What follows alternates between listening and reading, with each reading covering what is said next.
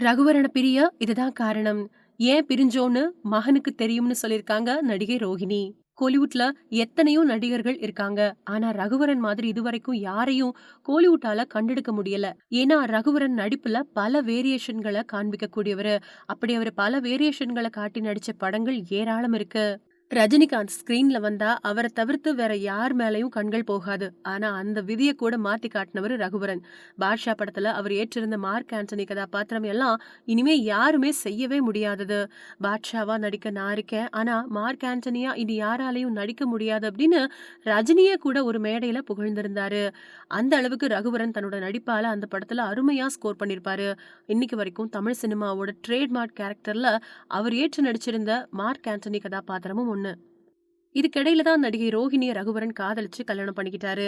அவங்களுக்கு ரிஷி அப்படிங்கிற ஒரு பையனும் இருக்காரு. ஆனா சில மனக்கசப்புகளால ரோஹிணியும் ரகுவரனும் பிரிஞ்சுட்டாங்க. இருந்தாலும் 2 பேருமே மகன் மேல அதிக பாசம் வச்சிருந்தாங்க. குறிப்பா ரகுவரனுக்கு ரிஷி மேல அளவு கடந்த பாசம் இருந்துச்சு. காதலோட போய்கிட்டு இருந்த ரகுவரன் ரோஹிணி வாழ்க்கை எதுக்காக பாதியில முடிஞ்சுச்சு அப்படின்னு யாருக்குமே தெரியாது. இந்த நிலையில ரோஹிணி கொடுத்திருக்கக்கூடிய பேட்டியில ரகுவரனோட முதல் ரசிகை நான் தான். நான் ஹீரோயினா நடிச்ச முதல் படத்துல அவர் தான் ஹீரோவா நடிச்சாரு. அப்போ எனக்கு 15 வயசு. அவருக்கு 23 வயசு. அதுக்கு பின்னாடி 13 வருஷங்கள் கழிச்சு தான் சந்திச்சோம்.